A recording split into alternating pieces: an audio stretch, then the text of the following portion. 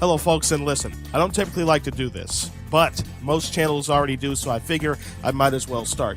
If you enjoy the content that we deliver here at Speed Station and you want to try helping out, please don't forget to like the video, subscribe to the channel, and leave a comment if you want. All of this helps our channel grow tremendously, especially with the metrics. And I can't put to words how grateful I am for the support that we already receive. It's kept us going this long, and it will keep us going well into the future. And if you're really feeling generous, we have an active Patreon and PayPal donation page up if you would like to give this channel a monetary boost, which would be tremendously appreciated, and continue to further our efforts into the future. One more thing. If you think that I'm just sitting around during the time in between the videos here on Speed Station, you couldn't be more wrong. Join the Discord. All these links, by the way, are in the description. Check out behind-the-scenes activity and get a better idea of what I'm working on during day-to-day operations on our Discord server. Get to talk directly with me as well, because I'm always active on that thing. That's how I spend my time in between. So, just to reiterate, we tremendously appreciate the amount of support that we've gotten already. And we'd like to see this channel continue to grow and be able to deliver even better content into the future. Anyways, let's get into the actual video here, since I've wasted enough of your time already. It's the most powerful show on television. High drama, with intense energy. A show dedicated to a few brave souls who risk their lives for the sake of their craft. Its in-depth reporting goes to the core and unlocks the mysteries behind today's raciest sport.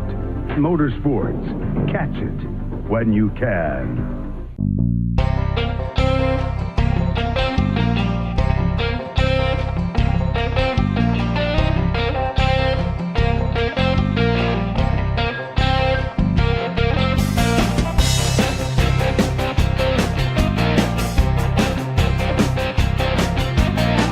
Hello everyone, welcome back to Post Tech. Today we move on to episode number 22 after a dramatic conclusion to the NASCAR Camping World Truck Series regular season in the Coca-Cola 200 from Daytona International Speedway. First of all, I want to take a moment and say that while the circumstances that we're dealing with aren't exactly ideal, hopefully we can make lemonade out of these lemons and give you folks at home the quality coverage that at least we personally believe that you deserve. And I think a lot of you are going to enjoy the coverage quite a bit that we have to deliver, going off what we have planned for the next few months. Things are looking good as we roll into the playoffs of both the Camping World Truck Series and NASCAR Cup Series here on Speed Station. Now, we've got an awful lot of Cup Series action to cover today, so I'll get through the news and recap information a little bit quicker than I guess you could say I normally would. Let's recap a little bit of what transpired in the Coca-Cola 200 first in the NASCAR Camping World Truck Series. First of all, the disagreement between Hailie Deegan and Sam Mayer regarding the final few laps of racing. Deegan and Mayer had some words with each other following the race. Primarily, Hailie Deegan was upset by the fact that Sam Mayer never went to push the number one truck on the inside line, even knowing that there were multiple opportunities. And that number one truck, as we know, was one of the fastest trucks back in February and, you know, recently at Daytona, being out front. So it seemed like it was a good decision there for Sam Mayer to try to tuck in line behind the number one truck at Deegan, try to work with the one and push their way past the incredibly fast 31 of Ty Dillon. However, Mayer decided to side with a fellow Chevrolet truck of Ty Dillon, because obviously, you know, TSR fields the 14 Silverado of Sam Mayer, so Mayer went with a fellow manufacturer teammate and pushed him on the final lap, gapping the field by quite a bit in the process. And Mayer tried to pull a final turn slingshot on the number 31 truck, added horsepower package that we had at Daytona, brought back the slingshot to Truck Series Racing. It was very interesting to see, but it was a last-ditch effort essentially by Sam Mayer trying to slingshot his way around the 31 truck, but it was not enough. And Mayer ended up coming home in second position behind Ty Dillon. Dillon finally breaking into the win column after a full season of trying. Came very close, especially back at Daytona in February, finishing runner-up to his teammate, Casey Mears. Hailie Deegan had a great shot at taking the victory that night, but the combination of a lack of help from behind and a very ill-handling truck on the bottom of the racetrack is what relegated her to her ultimate finishing position of third.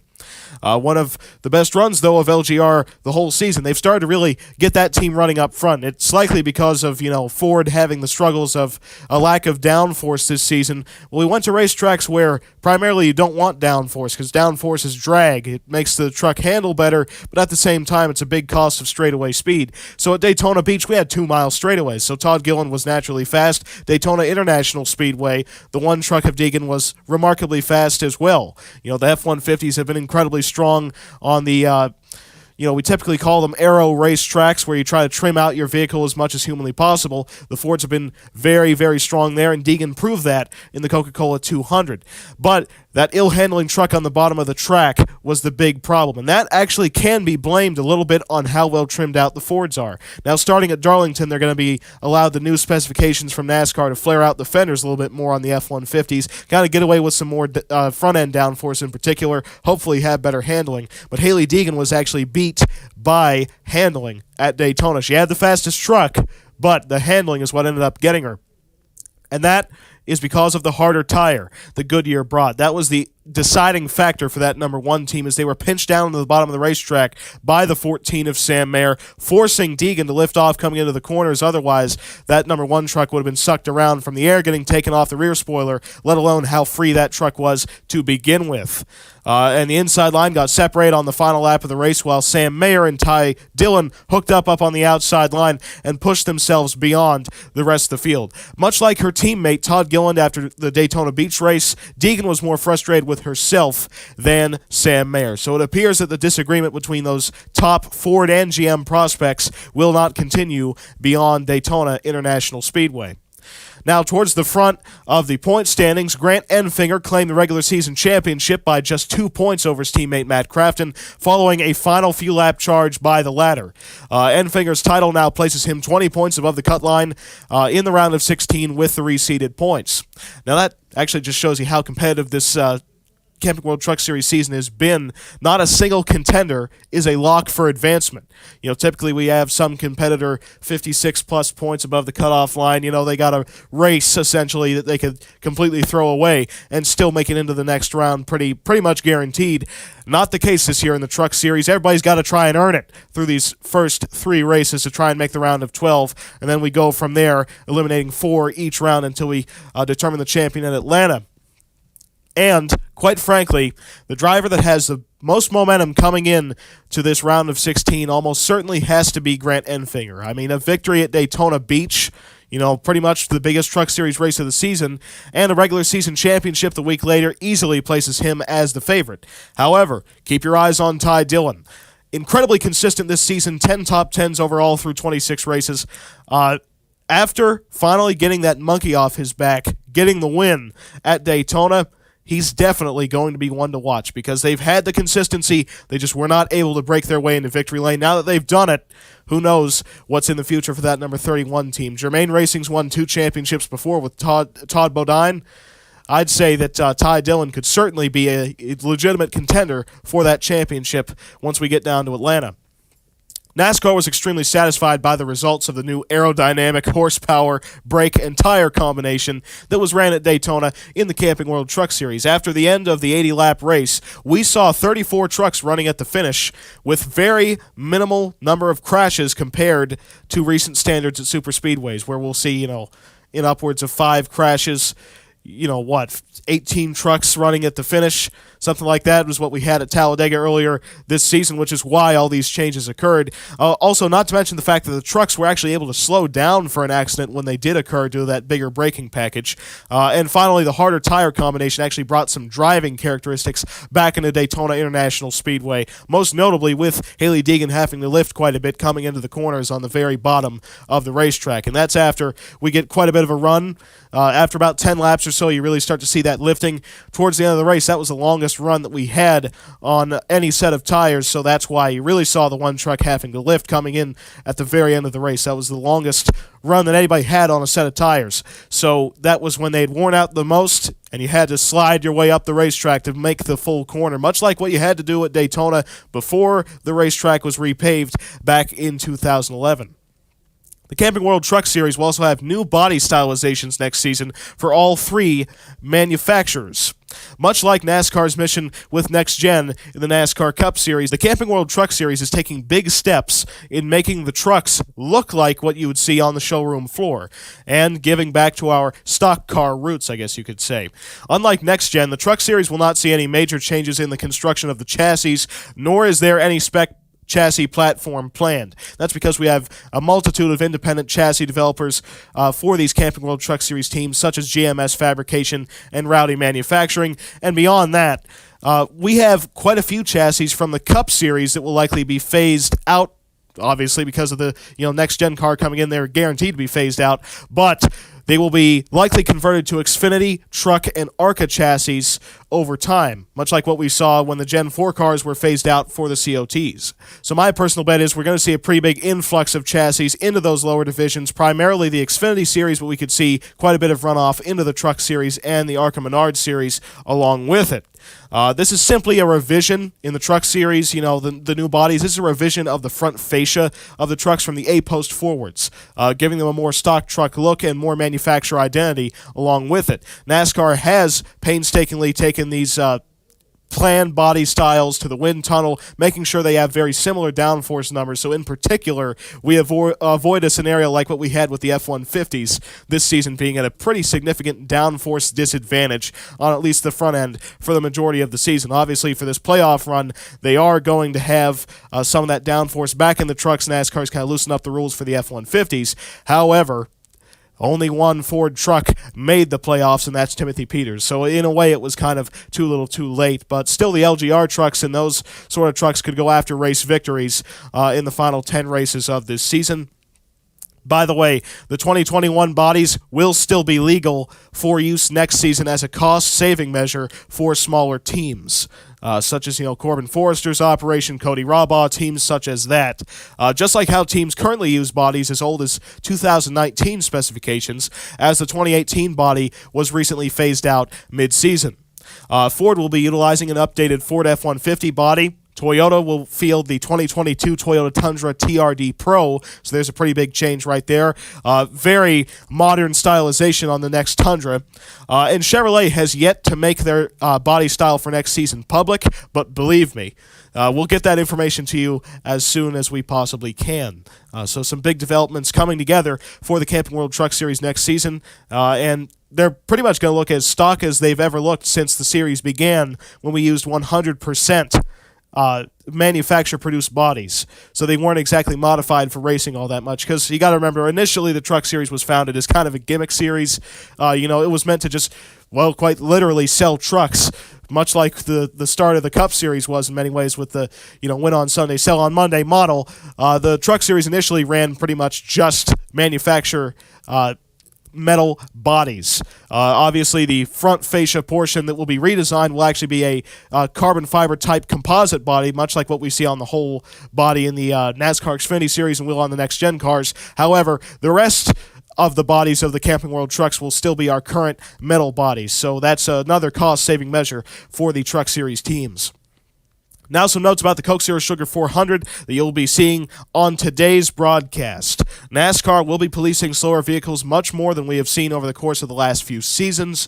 NASCAR has pretty much warned all teams that if they are around 25 miles an hour slower than the leader, which is still a pretty big difference right there if you're right on the line of being legal, that particular vehicle that is that slow will be parked for failing to make minimum speed.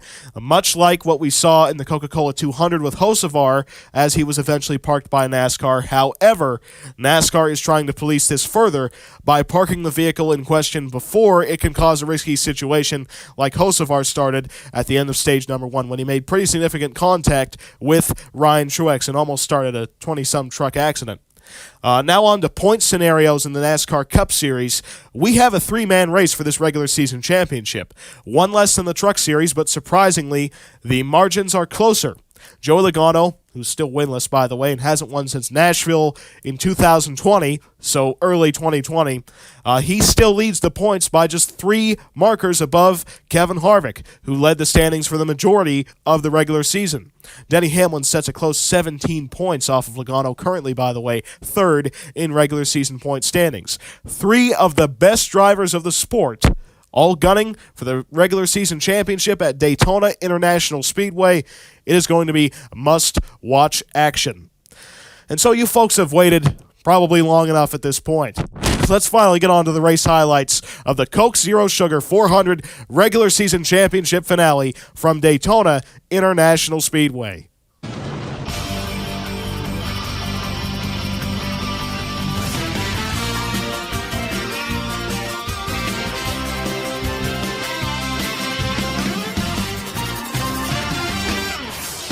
The Speed Station welcomes you to Daytona International Speedway for the running of the Coke Zero Sugar 400.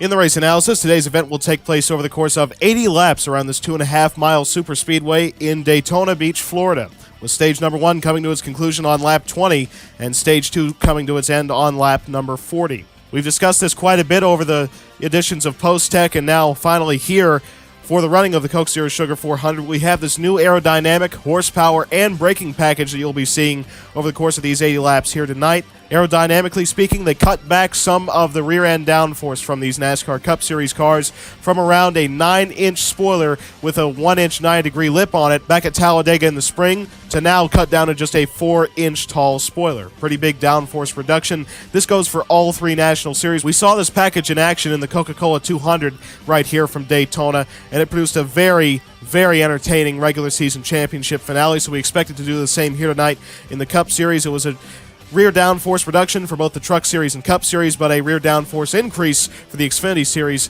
bringing them up to a 4-inch rear spoiler. The horsepower package is actually very vastly increased. It's now about 650 to 700 horsepower. Now, that might sound a little bit concerning, but believe it or not, NASCAR's managed to get the speeds down to about 196 miles an hour at max, and that's when you drag the brake a little bit, get that run up to another car right up in front of you, have about a 6-car length gap up to the next vehicle, so you can get that large run and get up to around 196. That's about the highest speed that we saw in practice and over the course of testing for this new aero and horsepower combination. The average speed that you'll likely see in the draft is somewhere around 188 to 192. So that's a very controllable speed here at the super speedways for these competitors. And also with the reduction of rear-end downforce, that means the closing rate is a little bit less. So you gain that throttle response with the increase in horsepower, but you lose a little bit of that closing rate aerodynamically. So the closing rate is not going to be anywhere near as high as it was at Talladega back in the spring, which caused some very significant accidents as well from the Truck Series all the way up to the Cup Series. That's what NASCAR was mainly looking to decrease, was the amount of gigantic crashes, and that is why the braking package is a lot bigger here at Daytona in comparison to what it was back in February. NASCAR has mandated more or less a road course braking package for the super speedways in all 3 national divisions, hopefully allowing the stopping times for all 3 national divisions to be a lot quicker, so that when a wreck happens up in front of you, you can have a shot at slowing down before you get there. You don't have, the extremely light super speedway braking packages that we typically take to tracks like this as a weight brake. Now you have to run your road course style braking package, also, short track style brake package, so that you can potentially slow down in time to miss a large accident. It should at least help in a wreck scenario, much like what we saw in the Truck Series with this increased braking package. We saw drivers such as Ben Rhodes be able to slow down in time to not slam the truck spinning up in front of them. Also, the Goodyear Tire and Rubber Company worked directly with NASCAR to develop a very hard tire here for this weekend's race at Daytona. After about 10 laps of wear, it actually gets to the point where you have to lift a little bit coming down into the corners. And that is purposeful. That's to kind of spread out the pack just a little bit and make these cars uncomfortable to drive, putting it more back into the driver's hands and into the engineering standpoint of things, where we don't see essentially the fastest cars every week running very far in the back and the 30th someplace cars in qualifying running up front simply because of how easy it is. So now it brings handling back into play and driver skill as well. So that was more or less the goal for NASCAR and Goodyear, is to develop a tire that puts it back into the hands of the drivers and teams, less into that of just mere chance. And folks, the time is now if you want to make something happen to get into these playoffs. Just one race remaining, the 80 laps here tonight at Daytona International Speedway. Even though a lot of package changes have happened that will likely keep the really, really slow teams from being able to run quite as far up front, so I wouldn't quite expect an upset as big as like what we had back in February with a driver like Josh Bilicki taking the victory. However, we could still see a very large upset here tonight at Daytona. It is your final chance to make the playoffs. You could see a lot of desperate moves happening that you don't typically see out of drivers just because they know their entire regular season is hanging in the balance of these 80 laps. Risky moves are likely to be a constant here tonight over the course of the Coke Zero Sugar 400. Remember, there is no yellow line rule. It's a very wide white line on the inside of the racetrack. There's really no penalty for going down there if you can make it, just the chance for reward. However, your real penalty is if you can't make it down on the bottom, you will end up likely going for a ride that isn't quite so comfortable. And you really couldn't name a much better racetrack to bookend the regular season. Obviously, we began it back in the 500 here in February. We concluded here in the Coke Zero Sugar 400, NASCAR's birth town. One of the most demanding racetracks on the schedule for both driver and team. It should make for a very fun night here at Daytona as we have battles for the regular season championship, the top 30 battle, the top 16, and then we have ringers out here, drivers such as Ty Dillon, Casey Mears, both for Germain Racing, Stefan Parsons, the Nemco teammates of Timothy Peters and Joe Nemechek. All they're out here for is the trophy at the end of these 80 laps. So there's going to be a lot of factors here tonight to keep your eyes on, but there should not be a single moment without some form of excitement. And also to reiterate that regular season championship battle, we have 3 drivers within mathematical contention, not quite like what we had in the Truck Series with 4 drivers. However, the battle between these top 3 is actually closer than what we had in the Truck Series. Logano still holds on to that point lead without a win yet on the season, and the way things are looking, he might need to win this regular season championship just to make the playoffs in general. Not to mention Harvick lost the point lead last time out at Richmond. He now is at a 3-point deficit, and Denny Hamlin as well is also in contention, third in points, 17 points out. So we have an awful lot of things to pay attention to over the course of these 80 laps here at Daytona. And for just an expanded look at your regular season point standings, obviously, Logano on top without a win this season. However, he has led 96 more laps this year than Kevin Harvick, who does have a win coming at Louisville earlier this year. Harvick still at that incredibly tight, just 3-point deficit off the 22 car of Logano. Should be very interesting between those two. But do not forget about Denny Hamlin. Comes to this race third in points, 17 points back. That's not a very large margin either. So Hamlin has a very legitimate shot at taking home this regular season championship at the conclusion of the night. Farther back in points, we have the drivers outside of mathematical contention. Daniel Suarez, with 3 wins on the season, actually leading the series in victories. He is 53 points outside the point lead. That is a little bit outside of mathematical contention. Looks like the highest position he could score is third right now if he could usurp Denny Hamlin. So still, Daniel Suarez has something to go after here at Daytona to try and increase his final regular season points finish and potentially walk out of Daytona with a couple extra playoff points, because he has scored the most playoff points of any driver through wins this season. Obviously, scoring a good finish in the regular season will offer you more playoff points to boot. Clint Boyer in his final full-time season currently sets 5th in regular season points, 80 points out of the point lead. Alex Bowman, after scoring that clutch victory at Richmond a couple weeks back, he currently sets 6th in regular season points, 87 points out of the point lead. Chase Elliott, his teammate, sets 7th, 102 points out of the point lead. Another Hendrick car, Brad Keselowski, sets 8th in regular season points, 110 points out of the lead. Kyle Larson and Eric Jones, by the way, are both tied, 111 points out of the point lead. Kyle Larson gets the tiebreaker with his win at the Coca-Cola 600 earlier this season. But still a great run out of JTG Doherty Racing this season, getting that number 37 car with Eric Jones a top 10 running position in regular season points at the moment.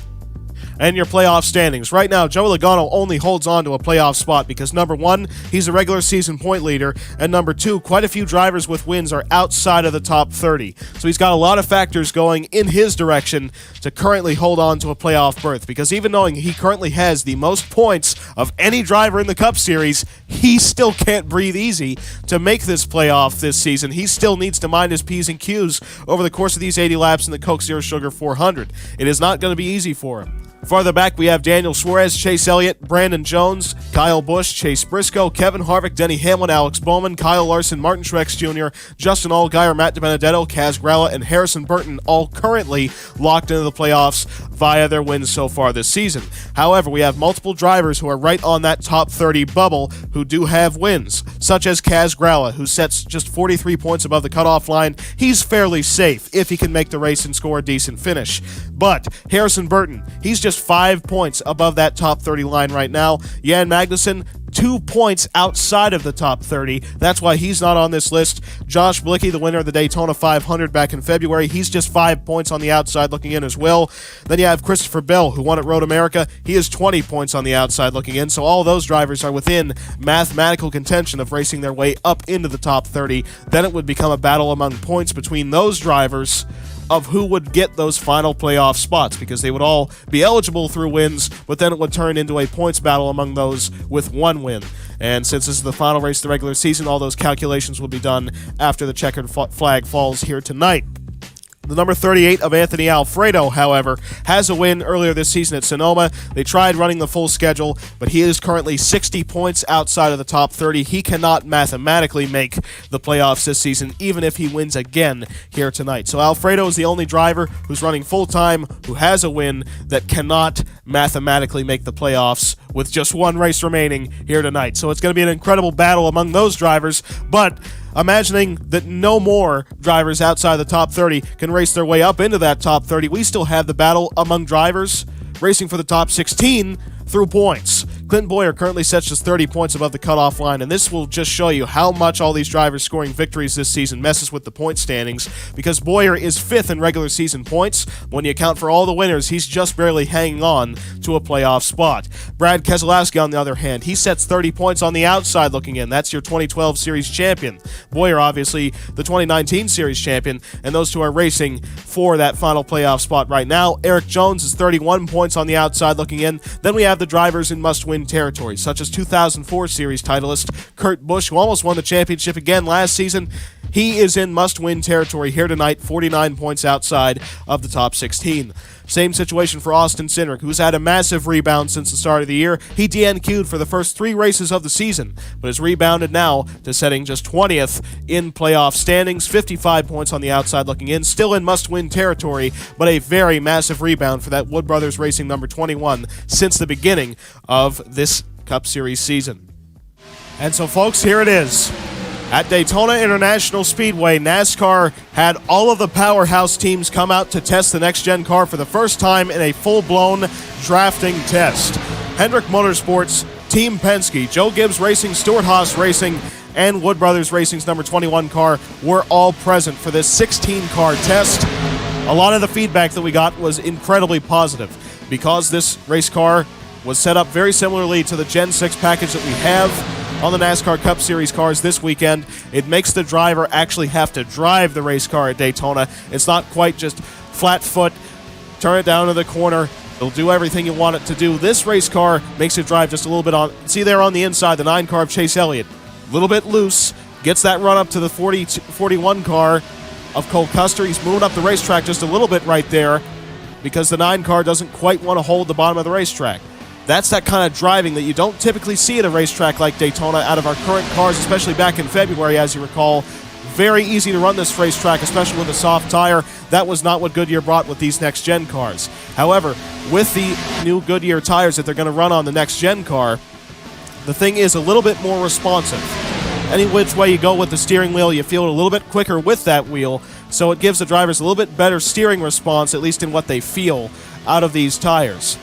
All the drivers were very satisfied with what they felt with this race car. You can't quite lock bumpers with it. That was the only thing that they noticed, is because the front and rear bumpers are curved on the next-gen car, you really can't lock bumpers like you can with the current Gen 6 cars, because the Gen 6 cars, they match up slightly. It's not quite as perfect as what we had with the COT, but the bodies on these cars makes it a lot more like Gen 4 racing before they started to reinforce the bumpers. If you tried to push, you likely couldn't get away with it. Nobody even attempted it in this test because obviously it's just a test. There's nothing on the line here except for losing one of your race cars.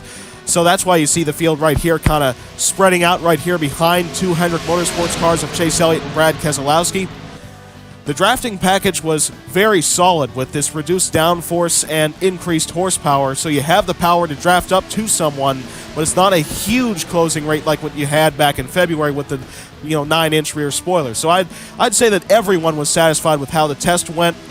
You see the cars kind of not running in a glob, I think, is the biggest thing that NASCAR wanted to address. There's some movement going around everywhere. There's a few cars able to break away from the front of the pack, a few cars single file by themselves at the back of the pack. Generally speaking, it's just a little bit more calm with this next-gen car racing at the super speedways. Not that there can't be aggression, and maybe some of that is just because it was a test, but I think that everyone was very satisfied with how we've kind of got the super speedway racing back to what it was somewhere around 2002 when we had the package that was reduced downforce from what we had back in 2001, but you couldn't quite lock bumpers just yet. That was right around 2004 when the team started to get smart enough, I guess you could say, to reinforce the front and rear bumpers so they could completely lock bumpers. Obviously, how this package is going to work once we get to February, will teams be reinforcing their bumpers by then? We don't really know how that's going to work out, but the current tests, most of the drivers were satisfied with, and in particular, they were satisfied with how you have to drive the race car more than you did at least back in February.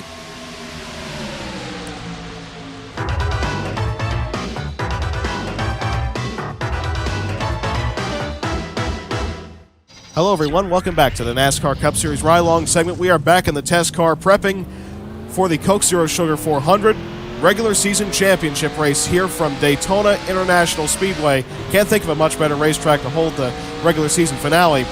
But anyway, here at Daytona, you can actually pull up onto the banking right here on the entry to turn number 1. You don't have to wait all the way to the exit of turn 2 to make that transition. You can tell right here, as we're already up to 9 grand, shifting into 4th gear, we have a lot more horsepower than what we had back in February. It would take until right about the end of the back straightaway to get up to 4th gear, really, with the amount of horsepower that we had for the Daytona 500 weekend. An increase right up to about 650. And you'll be able to notice with the hard tire compounds that Goodyear has brought, it's almost difficult to hold your car on the bottom of the racetrack just after 1 lap. After about 10 laps or so, you're going to see drivers start to lift coming into turns 1 and turns 3 because the car just will not be able to handle full throttle conditions. So you're going to see handling and chassis grip come into effect here at Daytona. Unlike what you've seen since the repave back in 2011, your actual handling and lateral grip is going to come into effect, which, previously the car would pretty much just go wherever you wanted. The surface is still glass smooth, but the difference is the tires don't quite have the type of contact patch that they used to, where it was so soft that it would just stick to the racetrack. Now it's so hard that when it does wear, you start to work your way up the racetrack. And you can tell it's a very smooth ride here at Daytona. It's just the tire compound that makes the really big difference. The car feels like it's kind of skating the whole time. And with that white line on the inside, honestly, it's a little bit more visible than the yellow line used to be. But you can, in fact, make a move, much like what we saw Jeff Gordon put on Bill Elliott here back in 1997, and make a move down on the inside of the racetrack right there. And that is legal. You're allowed to make that move happen. The tower will not penalize you or the driver who forced you down there. However, the only difference is that you always take the risk of ending up making a mistake coming into a corner. Say you enter too low. You enter the corner somewhat like this, you're going to slide up and potentially get up into somebody. So you have to really mind your P's and Q's getting off into these corners beneath that white line, because if you make a mistake, it could be costly for not only your race, but many others. Much like what we saw in the Camping World Truck Series race with the incident with Michael Self. One mistake can knock out at least 10 or more trucks. But you can, in fact, make moves down on the bottom of the racetrack.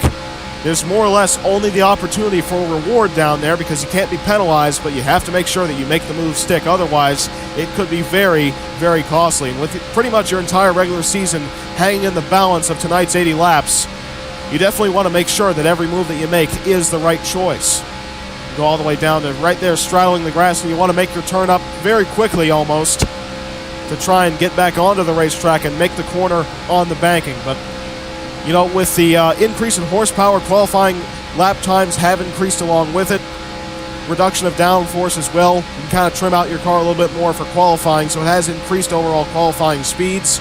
However, it has kept the closing rates a lot lower with the reduction in rear downforce, and also overall racing speed is only at max about 196. So I think that NASCAR is very satisfied with this package, and you're not seeing them go, 3 wide all the time, 4 wide all the time as well, like what we saw at Talladega. The field gets spread out a little bit more, less of a chance of a large accident taking out 30 or more vehicles and having cars plowing into it.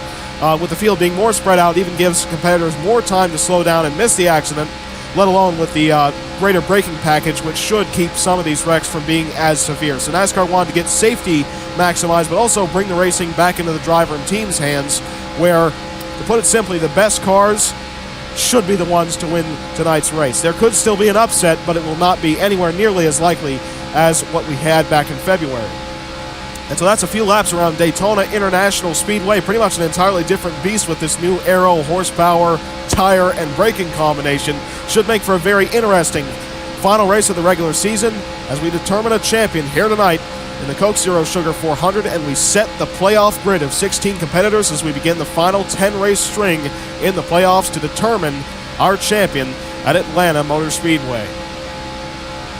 RCR equipment swept the front row at Daytona with Germain Racing's Ty Dillon scoring the pole with a 49.664, continuing his dream weekend after winning the Coca-Cola 200 race. They come out to the Cup race and score the pole for the final race of the regular season. Kaz Gralla, who drives for RCR, the mothership, qualified in second position. Chase Elliott qualified the 9-car at Hendrick Motorsports in third position. Harrison Burton, who's racing for a playoff spot here tonight, qualified in fourth spot. Corey LaJoie, who's running the partial schedule for Spire Motorsports, qualified in fifth position. Landon Castle in sixth spot for Shepherd Racing Ventures. Eric Jones, who's as well running for a playoff position, qualified in seventh. Then we have even more drivers racing for a playoff position, including Kurt Busch, the 2004 Series champion, in eighth. Tyler Reddick qualifying in ninth position, and Clint Boyer, the 2019 Series champion, qualifying in 10th position. Other notable starters include the number 77 of Justin Haley starting from 21st position, the number 97 of Joe Nemechek making his first start of the year starting in 22nd position, teammate to pole sitter Ty Dillon, the number 60 of Casey Mears starting from 25th position, the number 71 of Josh Blicky, the defending Daytona 500 champions. They are fielding a full Hendrick Motorsports package deal in tonight's race. That means a Hendrick Motorsports chassis, body, and engine on that number 71 team. So watch out for the Leaf Filter Chevrolet as Blicky tries to go after making the playoffs for the first time in his NASCAR Cup Series career in what practically is an additional Hendrick Motorsports entry. Speaking of cars prepared by other teams, the 09 of Stephen Parsons will be starting from 30th position. His car is prepared by 2311 Racing, essentially a second car to Bubba Wallace. Bubba Wallace is starting in 32nd position for 2311. The runner-up at Talladega Superspeedway earlier this season, AJ Allmendinger, is starting from 35th position. The number 33 of Jan Magnussen, who's racing for a playoff spot here tonight, will roll off in 36th spot. The number 30 of Brennan Poole, the winner of the Geico 500 earlier this season for On Point Motorsports, will start from 40th position. And also Brandon Jones, with 2 wins on the season, will roll off in 42nd spot. We had an awfully large entry list here at Daytona with quite a few superspeedway ringers, and as such, we had some high-profile race cars miss the show altogether. Here's your full list of drivers who failed to make the race. The 17 of Chris Buescher at Roush Fenway Racing. The 18 of Kyle Busch, that's your defending series champion, did not even make tonight's race. The 32 of Ryan Ellis for Go Fast Racing missed the field. David Reagan in the number 36, Anthony Alfredo in the 38, Quinn Half in the number 40, Cole Custer in the 41. And by the way, Custer is a very critical DNQ driver because he currently sets 30th in regular season points. That offers up an opportunity for drivers such as Magnussen and Bilicki to outrace that 41 car by just scoring a few points.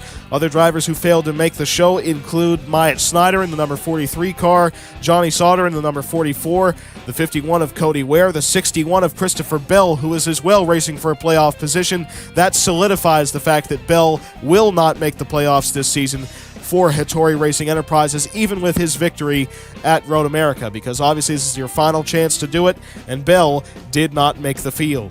The 62 of Noah Gragson missed yet another show driving for Brendan Gaughan. The 66 of Timmy Hill did not make it. The 88 of Brad Keselowski, the 2012 Series champion, driving for Hendrick Motorsports, he did not make the field. So Keselowski will not make the playoffs in the 2021 Cup Series season. And finally, the number 96 of Drew Herring for Gaunt Brothers Racing was the final DNQ driver. 57 cars showed up, and 15 went home in a very eventful qualifying session here at Daytona. And here's the starting positions of the three drivers in mathematical contention for this regular season championship. Joey Logano, who enters this race with a 3-point advantage in points above Harvick, he will start all the way down in 33rd position. Harvick, on the other hand, will start from 14th spot, and Denny Hamlin, who came into this race at a 17-point deficit from Logano, he qualified in 13th position. So Hamlin is actually the highest starter of any of the regular season title contenders. And so now let's get down trackside for the command. Gentlemen, start your engines! Keep an eye on your temps for this first segment. We shouldn't really be in danger of overheating, but it will, probably get up to about 220, so just keep an eye on that.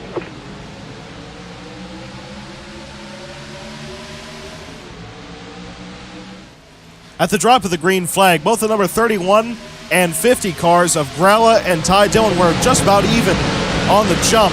However, the number 9 of Chase Elliott got the biggest jump of them all, making almost 3 wide down to turn number 1. Then Dillon and Gralla got in line with each other, with Corey LaJoie and Chase Elliott actually pushing themselves out in front of the field. Elliott getting the advantage down the back straightaway on lap number 1. Exiting turn number 4 on the first lap, Chase Elliott cleared the number 31 of Ty Dillon, went up to the outside line to block, back down to the bottom to work with LaJoie, but couldn't quite make the full maneuver. But Elliott leads the first lap, with the field running double file side by side, almost as if it were a pace lap. Down to turn number 1, Corey LaJoie takes away the race lead, with some help coming from Eric Jones. And you might notice that the lead swaps are happening a little bit easier in this race in comparison to the race ran in the Camping World Truck Series. That's primarily due to colder temperatures. More grip in the racetrack, less of an emphasis on handling. We're back to having more than 20 liters possible in one individual race. As now Tyler Reddick goes to the inside of Eric Jones for second position. Reddick makes the move stick, but LaJoie defending the lanes out in front of the field. To begin lap number 3, the 8 car of Tyler Reddick made the move down to the bottom of the 7 of LaJoie. 37 of Eric Jones was a little bit too far back to help the 7 immediately, and that gave the number 8 of Tyler Reddick just enough of a gap to shoot by down the inside line and take away that race lead, with the 47 of Stenhouse taking up second. On lap number 3, take a look at this huge run that Michael McDowell and William Byron build together down the back straightaway. Byron tucks up right to the back bumper of the 34, and just look at this run that they get on the bottom as the outside line checks up just a little bit. McDowell down into turn number 3 passes about 7 or 8 cars as Denny Hamlin, now the regular season point leader, currently running in second position. Lap number 4, the 8 car of Reddick gets just a little bit too far out in front of the field, lets the 55 of Ross Chastain get a run on him. Chastain in line behind the 55 car is the number 60 of Casey Mears. Chastain gets pushed out to the race lead as look at Austin Dillon. A risky 4-wide move into turn number 3. He makes it stick as there's a little bit of contact between the 24 and 37. They sort it out, and Ross Chastain now out to the race lead here at Daytona. On lap number 5, down the back straightaway, Austin Dillon gives the 34 of Michael McDowell a very big push. Allows McDowell to make the move to the inside of Ross Chastain, and down to turn 3, Michael McDowell is now your race leader at Daytona International Speedway. And once again, cold temperatures make it a whole lot easier to pass because it puts less emphasis on handling. By lap number 6, Austin Dillon had made his way to the race lead, getting around the number 34, Michael McDowell, and getting up right in line in front of him. But then he gets split down the back straightaway. Has to perform a block on the 34. McDowell lets him back in line, and a side-by-side battle between Dillon and Byron forms, with William Byron going out to the race lead with a push coming from the 37 of Eric Jones. And remember, Byron has already been confirmed to be heading to Haas Racing next season, trying to score his first career Cup Series victory. with now in his final 11 races at Hendrick Motorsports. But here comes the 37 of Erik Jones down to the bottom, already taking away the race lead with help coming from the pole sitter, that being Ty Dillon. You can see the tires already starting to wear out as the 53 of Chase Briscoe had to lift off just a little bit into turn number 1 with such a shallow entry. On lap number 7, the 31 of Ty Dillon makes the move to the inside of the 37 of Erik Jones, and Ty Dillon is back out front. Germain Racing certainly showing their pace here at Daytona, now in the NASCAR Cup Series. They've proved it numerous times in the Truck Series this season, now bringing that pace up to the highest level of NASCAR competition. On lap number 8, yet again, another lead change. The 53 of Chase Briscoe makes the move down to the inside of Ty Dillon.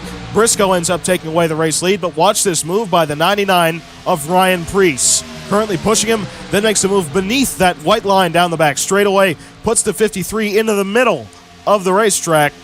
Josh Bilicki helps out the number 99 of Ryan Preece, and Preece takes away the race lead for Trackhouse Racing, with Bilicki now making his way up into second position, going for that Daytona sweep. As you recall, he won the 500 back in February, trying to win here today in the Coke Zero Sugar 400 in that fully Hendrick-prepared number 71. Right there, he gets the push from the 16 of Allmendinger, makes the look down to the inside, goes a little bit shallow into turn number 1. Has to lift off just a little bit, but the push from the 16 puts the Daytona 500 champion back out front here at Daytona International Speedway. On lap number 9, the lead just keeps on swapping. 16 of Allmendinger made the move to the bottom of the 71. He was being pushed by, believe it or not, the 37th place starter of Matt DiBenedetto, who's driven his way up to second, and Allmendinger now out front. On lap number 10, fittingly, the number 10 car of Eric Almirola tries to make a 3-wide move down to turn number 1. He gets a little bit loose on the bottom of the racetrack, gets back in line as Matt DiBenedetto takes away the race lead coming off of turn number 2. And by lap number 11, the 2 car of Matt DiBenedetto has pretty much established himself as the first car that can tug the field down to the bottom line and run single file. Keep your eyes also on that black number 4 car of Kevin Harvick. He has now taken over the regular season point lead as the 11 of Hamlin has dropped back, and the 22 of Logano has still not made any moves towards the front of the field. Lap 12, though, we get some tandem work almost between the 30 of Brendan Poole, the winner at Talladega earlier this season, and Harrison Burton, who's racing for a playoff spot. Burton takes away the race lead down the back straightaway as Stephen Parsons and Brendan Poole work together on the bottom of the racetrack down the back straight, almost locking bumpers right there down into turn number 3. And on lap number 12, the Geico 500 winner of Brendan Poole is back out front for On Point Motorsports. Lap 13, the 09 of Stephen Parsons, who has his car being prepared by 2311 Racing as a second entry, practically just being sponsored by Phoenix Racing, makes his way to the front on lap number 13 with a push from the point leader, Kevin Harvick. And yes, believe it or not, the 09 and 4 cars had a bit of a plan of working together here in the Coke Zero Sugar 400. Right there through the tri-oval, the 4 of Harvick makes the move to the inside of the 09 of Parsons, and Harvick takes away the race lead with a little bit of help coming from the 53 of Chase Briscoe. However, Parsons made his move back down to the inside, got back into the draft of the 4 of Kevin Harvick, and retook the second position. Once again, the 4 and 09 cars back out front. And look at the 97 of Joe Nemechek on the inside of the track, almost making his way up into the top 5. A very impressive run by the veteran. On lap 15, the lead swaps once again. Stephen Parsons makes the move to the inside of the 4 of Harvick and takes the race lead away with a push coming from the 37 of Erik Jones. On lap 16, the top 2 qualifiers of Grella and Ty Dillon found each other once again, and they actually pushed their way past the 09 of Stephen Parsons, with Kaz Grella, the race winner at Kansas earlier this season, taking away the race lead coming off of turn 2. Ty Dillon, however, would not stay in line for very long. He made the move down the back straightaway to get to the bottom of the 50 and took away the race lead into the third turn. On lap number 17, Austin Dillon pulled off yet another extremely aggressive 4-wide move on the inside of the racetrack. However, this time, with the tires starting to age, having 17 laps on them, he gets a little bit loose right on that painted white line on the inside of the track. He actually gets side drafted by the 1 of Kurt Busch. And look at this move by Busch. Just barely clears the number 3 of Austin Dillon and cuts right down to the bottom. A great move by Kurt Busch. Unfortunately for Austin Dillon, that aggression did not start a wreck. He's gotten lucky twice already. And at the end of lap number 17, it was evident that the number 31 of Ty Dillon was capable of tugging the field down to the bottom of the racetrack. Very fitting, considering that he was the pole car. On lap number 18, Ty Dillon gets just a little bit too far ahead of the field, lets the two Fords of Ryan Newman and Eric Almirola get a run on him and make the move down to the inside. Ryan Newman takes away the race lead coming off of turn number 4. Ty Dillon with very limited drafting help up on the outside line. Now getting some help from the 20 of Brandon Jones. It's also important to mention that right now the number 11 and 22 cars of Logano and Hamlin are purposefully riding in the back. They see all those 4 wide moves being made by drivers such as Austin Dillon, and they want to be able to miss an accident just in case it does in fact happen. Newman and Ty Dillon were still battling for the top spot as they took the white flag in stage number 1, but look at Eric Almirola on the bottom of the track. He actually splits Ryan Newman with the white flag out in the first stage. Ty Dillon leads the lap. But watch down to turn number 1. Chase Elliott tries to make a 4-wide move as the rest of the field is running groups of 3 wide. Once again, the decreased air temperatures here at Daytona has allowed them to get a lot more aggressive with the moves they make, and that can turn disastrous with a move such as this. With Chase Elliott going 4 wide down on the inside of the track, that squeezes up into his teammate, Alex Bowman. In the 48 for Hendrick Motorsports, he gets clipped right there by the 89 of Landon Castle. Castle turns him up into the 53 car of Chase Briscoe. Right there, a little bit of contact with the 55. Magnuson makes it through. Clint Boyer gets barely clipped by the 8 of Reddick. A lot of front-end damage right there on the 77 of Justin Haley. Boyer incredibly saves that number 14 car. AJ Allmendinger gets a little bit of front-end damage right there. And you see both the 22 and 11 cars of Hamlin and Logano actually slowed up in time to get almost no damage out of this accident. The 60 of Casey Mears got some damage out of this. The 23 of Bubba Wallace. The 8 of Tyler Reddick got quite a bit.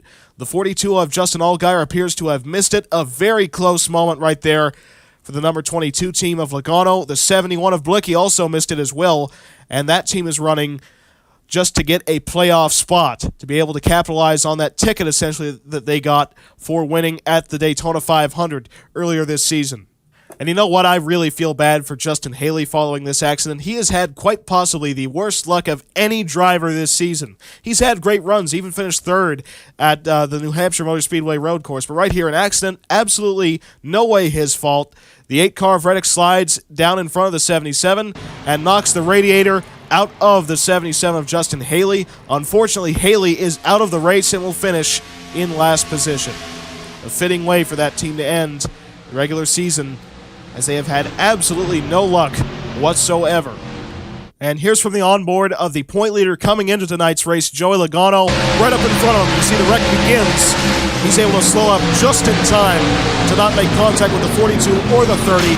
Makes it past those two and just barely misses the 53 of Chase Briscoe. Gets back onto the throttle with absolutely no damage. Same situation for the 11 of Denny Hamlin. And here is Hamlin's perspective of the accident. He has a little bit of an easier escape route down on the inside. He can just make his way onto the apron. Still has to avoid quite a few spinning cars and was very lucky right there not to pound the 16 of AJ Allmendinger. Both Hamlin and Logano extremely lucky to make it through this accident. And look at this job by Josh Blicky to miss the crash. He's slowing up and gets actually hit in the rear bumper by the 00 of Daniel Suarez. Has to swerve to the inside to miss the spinning 53. Has to swerve back to the other direction to miss the 8 of Reddick. I mean, that is some incredible driving out of Josh Blicky right there to get absolutely no damage out of that accident. Also, you want to talk about good driving? Keep your eyes on the 14 of Clint Boyer right there, the Rush Truck Centers. Number 14 Ford Mustang. He actually gets clipped right here as the 23 of Bubba Wallace sends the 8 of Reddick down to the inside of the racetrack. Gets clipped right in the right rear quarter panel by Reddick and has to catch that number 14 car. Turns it hard back to the left. Has to actually swerve his way around the 53 of Briscoe. An incredible job by Boyer right there to save that number 14 machine from disaster and potentially save his final chance at making the playoffs in his full-time Cup Series career. And while madness was erupting off of turn number 2, the 20 and 31 cars of Ty Dillon and Brandon Jones actually hooked up down the back straightaway and Dillon managed to clear the inside lines of both Ryan Newman and Aric Almirola. Aric Almirola actually managed to get a run from the number 1 of Kurt Busch and make the move back down to the bottom of the 31 of Ty Dillon. These two drag racing back down to the start-finish line to the end of stage number 1. And take a look at just how close it was at the start-finish line between Ty Dillon and Aric Almirola. These two not running very close to each other. They were not trying to side draft each other back to the start-finish line, but right there is when they meet the line. Ty Dillon and Aric Almirola almost in a dead heat at the start-finish line. The official margin was actually 0.000 at the line. It was such a close battle between Ty Dillon and Aric Almirola.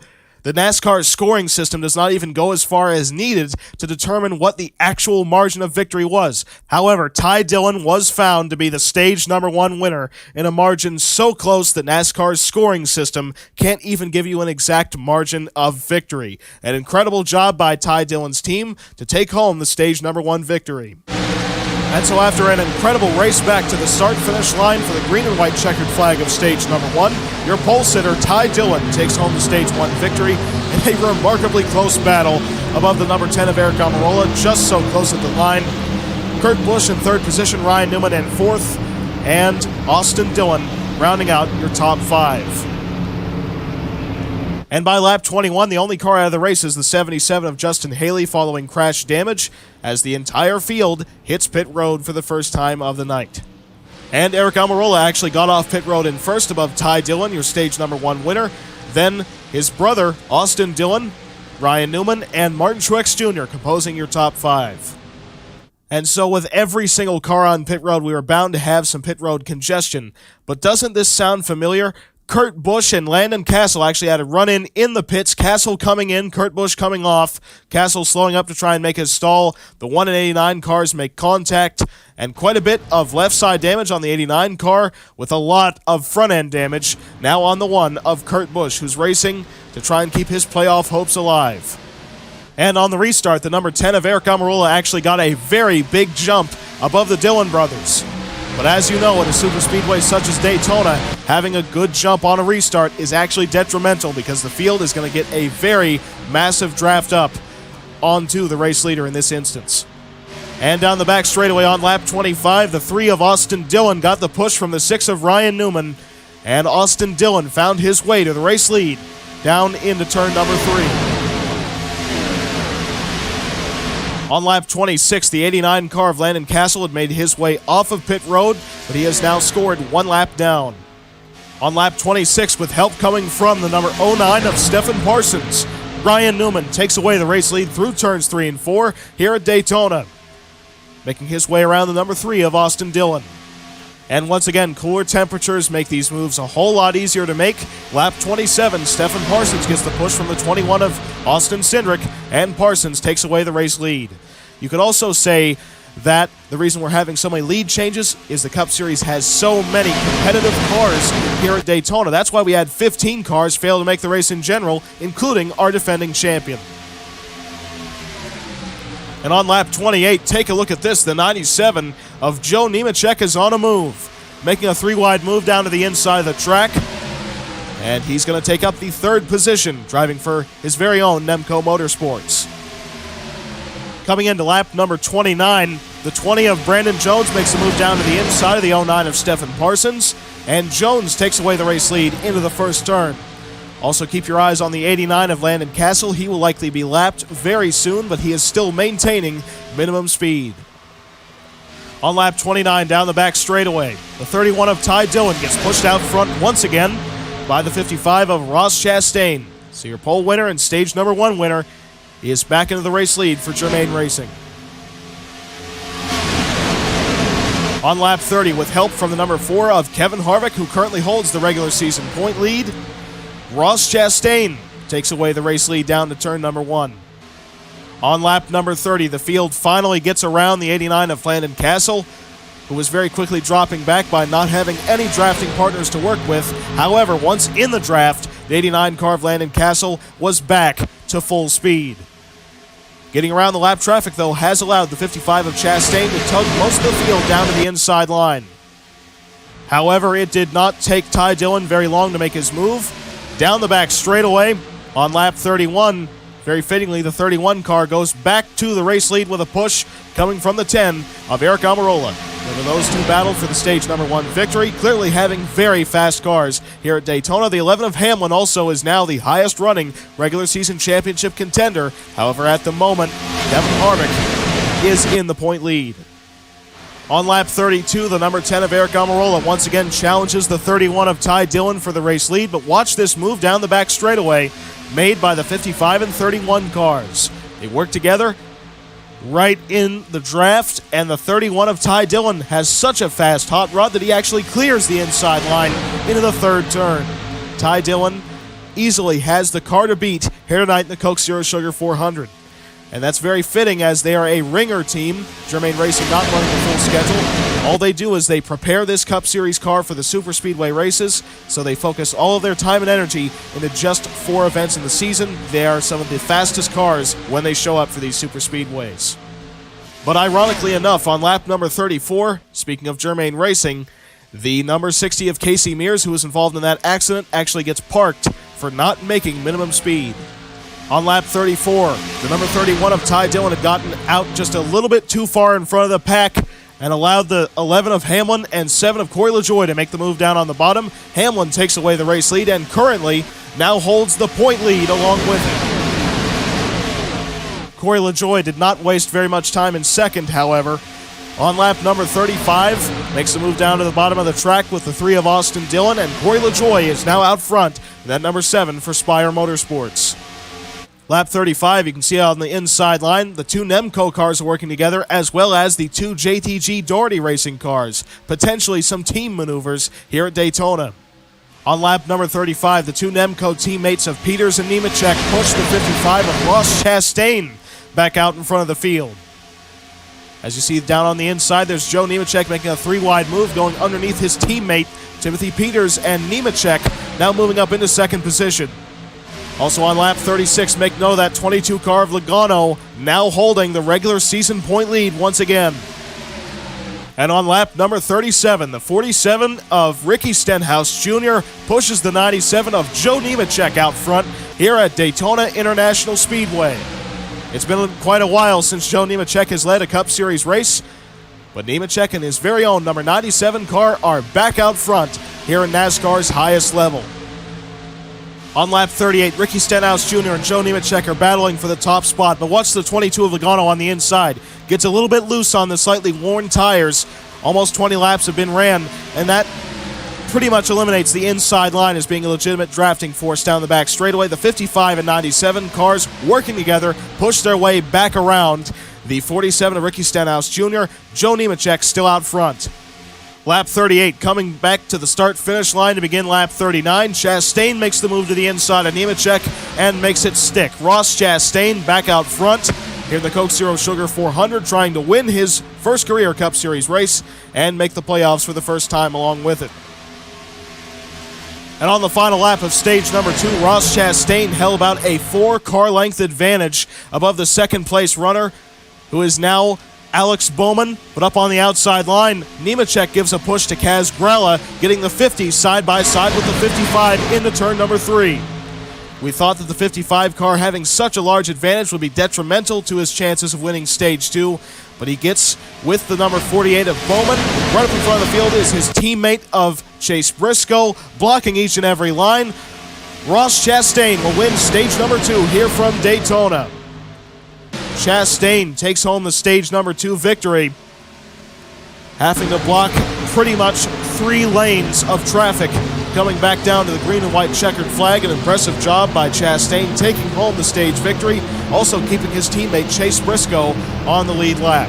So Chastain wins stage 2 above Alex Bowman, the defending race winner, as we call one last time out at Richmond Raceway. Then Kaz Gralla in 3rd position, Tyler Ankerman 4th, and Jan Magnussen rounding out your top 5. Joe Nemechek dropped down to 6th position.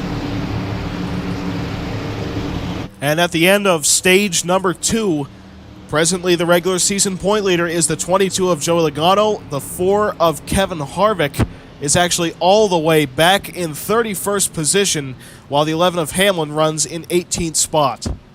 On lap 41, once again, every single lead lap car opts to come down pit road. And the first car out of the pits is Ross Chastain. Then we have Tyler Ankrum, Jan Magnussen, Eric Almirola, and Kaz Grala.